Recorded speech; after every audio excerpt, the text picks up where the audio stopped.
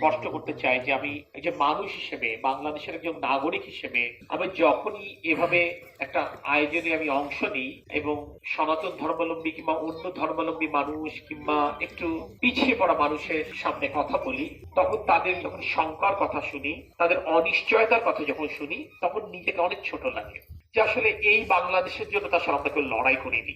এই বাংলাদেশ স্বাধীন করবার জন্য তো নিশ্চয়ই আমাদের পূর্বপুরুষেরা যুদ্ধ করেন, তাই না?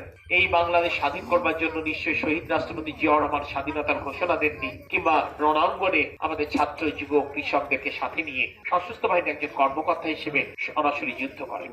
অর্থাৎ এই বাংলাদেশ গড়বার জন্য যে ভাবনাটি কাজ করেছিল যে আমরা মানুষকে মানুষ হিসেবে দেখব, অসাম্য অর্থাৎ প্রতিটা ক্ষেত্রে সাম্য, মানবাধিকার এবং সামাজিক ন্যায় বিচার নিশ্চিত করব।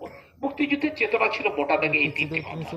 সেইটা আসলে আমরা দীর্ঘদিন আমরা সে প্রত্যাশা জায়গাটা পূরণ করতে পারে বলতে কোনো দ্বিধা নেই। এখনো এটা শুধু বাজুয়ানা খরিজা টাকার কথা বলছি না, রামনগর ইউনিয়নের কথা কিংবা যশোরের কথা বলছি। দুর্ভাগ্য যে আজও বাংলাদেশে, আজও সমগ্র বিশ্বে মানুষে মানুষে বিভক্ত করা হচ্ছে বিভিন্ন ইস্যু, বিভিন্ন পরিচয়কে কেন্দ্র করে। কে ধনী, কে বড় লোক, কে গরিব, কে পড়ালেখা জানে, কে পড়ালেখা জানে না, কে হিন্দু, কে মুসলমান, কে বৌদ্ধ, কে খ্রিস্টান।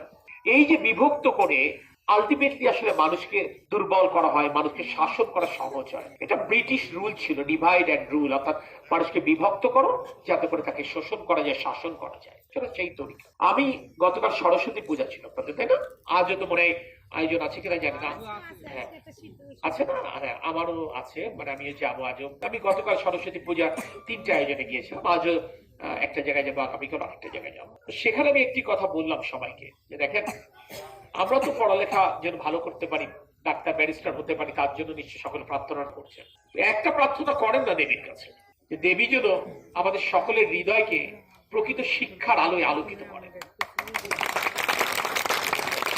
শিক্ষার আলোয় যদি হৃদয়টা আলোকিত হয়, তাহলে হৃদয়টা প্রসারিত হবে। তখন আর আপনি মানুষকে অন্যভাবে কিছু ভাবতে পারবেন।